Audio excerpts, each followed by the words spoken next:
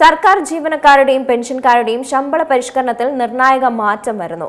ഇനി മുതൽ ശമ്പള പരിഷ്കരണം 10 വർഷത്തിൽ ഒരിക്കൽ മാത്രം. നിലവിൽ 5 വർഷത്തിൽ ഒരിക്കലാണ് ശമ്പള പരിഷ്കരണം നടത്തുന്നത്. ഇതിന്റെ ഭാഗമായി മുമ്പ് നിയോഗിച്ച ശമ്പള പരിഷ്കരണ കമ്മീഷനെ പുനഃസംഘടിപ്പിക്കാൻ വി.ഡി. സതീശൻ സർക്കാർ തീരുമാനിച്ചു.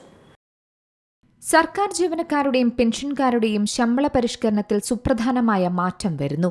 അതെ, ശമ്പള പരിഷ്കരണത്തിൽ നിർണായക മാറ്റം കൊണ്ടുവരാൻ ഒരുങ്ങുകയാണ് മുഖ്യമന്ത്രി വി.ഡി. സതീശന്റെ നേതൃത്വത്തിലുള്ള UDF സർക്കാർ. നിലവിൽ 5 വർഷത്തിലൊരിക്കലാണ് ശമ്പള പരിഷ്കരണം നടപ്പാക്കുന്നത്. എന്നാൽ ഇനി മുതൽ 10 വർഷത്തിലൊരിക്കൽ മാത്രമായിരിക്കും ശമ്പള പരിഷ്കരണം. അതായത് ഇതിനു പകരമായി ക്ഷാമബത്തയും പെൻഷൻകാർക്കുള്ള ക്ഷാമാശ്വാസവും കൃത്യമായ ഇടവേളകളിൽ അനുവദിക്കുന്ന രീതിയും നടപ്പിലാക്കുമെന്നും പറയുന്നുണ്ട്. പുതിയ നയത്തിന്റെ ഭാഗമായുള്ള നടപടികൾ ഉടൻ തന്നെ ആരംഭിക്കുമെന്നാണ് സർക്കാർ അറിയിക്കുന്നത്. ഇതിന്റെ തുടർ നടപടിയുടെ ഭാഗമായി ഇടതുമുന്നണി സർക്കാർ അധികാരത്തിലെത്തിയതിനു ശേഷം നിയോഗിച്ചിട്ടുള്ള ശമ്പള പരിഷ്കരണ കമ്മീഷനെ പുനഃസംഘടിപ്പിക്കാനും സർക്കാർ തീരുമാനിച്ചു. ഇതുമായി ബന്ധപ്പെട്ട് പുതിയ അംഗങ്ങളെ കണ്ടെത്താനുള്ള നടപടികളും വേഗത്തിലാക്കുന്നുണ്ട്. ഇപ്പോൾ സർക്കാർ ജീവനക്കാരുടെയും പെൻഷൻകാരുടെയും ശമ്പള പരിഷ്കരണത്തിൽ പുതിയ മാറ്റങ്ങൾ കൊണ്ടുവരുന്നത് സംസ്ഥാനം നേരിടുന്ന കടുത്ത സാമ്പത്തിക പ്രതിസന്ധി മറികടക്കുക എന്ന ലക്ഷ്യത്തോടെയാണ്. 2019 ജൂലൈ മുതലാണ് മുൻകാല പ്രാബല്യത്തോടെ ശമ്പള പരിഷ്കരണം നടപ്പാക്കിയത്. അതും ഒന്നാം പിണറായി സർക്കാരിന്റെ അവസാന ഘട്ടത്തിൽ.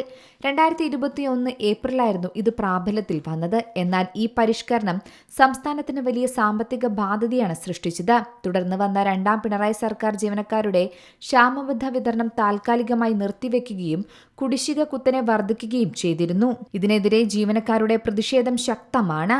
അതേസമയം കുടിശ്ശികയായ 2% DA ഓണത്തോടനുബന്ധിച്ച് അനുവദിക്കാനും ജനുവരി മുതൽ ലഭിക്കാനുള്ള കുടിശ്ശിക പ്രൊവിഡന്റ് ഫണ്ടിൽ ലയിപ്പിക്കാനുമാണ് ഇപ്പോൾ സർക്കാർ ആലോചിച്ചു വരുന്നത്. നിലവിൽ സംസ്ഥാന സർക്കാർ ജീവനക്കാർക്ക് 35% DA ആണ് ലഭിക്കുന്നത്.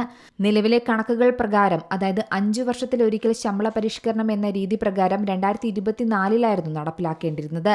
എന്നാൽ പുതിയ നയം നിലവിൽ വന്നാൽ അടുത്ത ശമ്പള പരിഷ്കരണം 2029 ജൂലൈയിലായിരിക്കും നടപ്പാക്കുക. അതായത് നിലവിൽ കേന്ദ്ര സർക്കാരും മറ്റു പല സംസ്ഥാനങ്ങളും 10 വർഷത്തിലൊരിക്കൽ മാത്രമാണ് ഇത്തരത്തിൽ ശമ്പള പരിഷ്കരണം നടപ്പാക്കുക. ഇതേ മാതൃക കേരളത്തിലും കൊണ്ടുവരാനാണ് ഇപ്പോൾ UDF സർക്കാർ ശ്രമിക്കുന്നത്. News desk C Malayalam news. ഏറ്റവും പുതിയ വാർത്തകളും വിശേഷങ്ങളും വിരൽ തുമ്പിലറിയാൻ സി മലയാളം ന്യൂസ് എല്ലാ ഡിജിറ്റൽ പ്ലാറ്റ്ഫോമുകളിലും ലഭ്യം.